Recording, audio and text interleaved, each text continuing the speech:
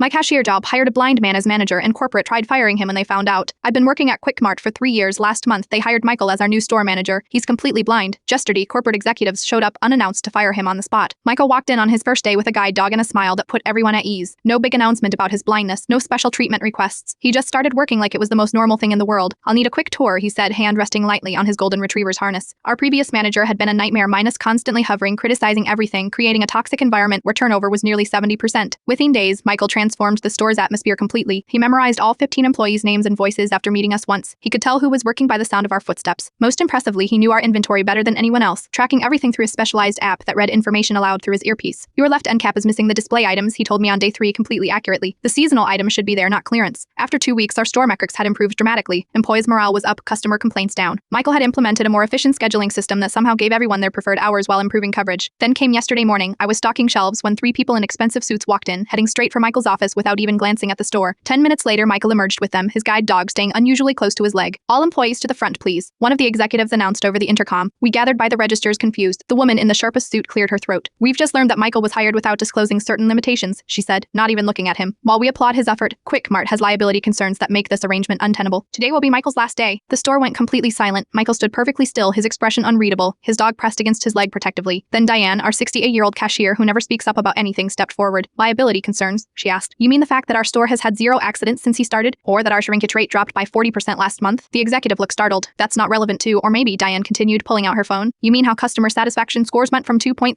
to 4.8 in 3 weeks? I keep track. Another employee spoke up. Michael caught a pricing error last week that would have cost the store thousands. He heard the scanner beep differently and knew something was wrong. The executives exchanged uncomfortable glances. The woman tried again. The company policy clearly states that accommodations must be made for qualified individuals. Michael finally spoke, voice steady. I am legally blind, not legally invisible. I disclosed my disability during the hiring process and detailed the minimal accommodations I require. He pulled out his phone and played a recording of his interview with the district manager, who clearly acknowledged his blindness and approved his hire. I record all important conversations, Michael explained. Another accommodation that helps me work effectively. The lead executive's face had turned an alarming shade of red. She whispered something to her colleagues before addressing us again. There seems to have been a miscommunication. We'll need to review the situation internally. While you do that, Michael said calmly, my team and I will continue running the most improved store in the district. They left without another word. We all stood there, unsure what had just happened. Back to work, everyone. Those inventory reports won't file themselves. As I turned to go, he called my name. Thanks for speaking up, I said. I didn't need to, he replied with a small smile. You all did it for me. This morning, the district manager arrived with a formal apology and announcement that Michael had been promoted to regional training manager. The same executives who tried to fire him will now report to him. Sometimes the people who see the least see the most clearly.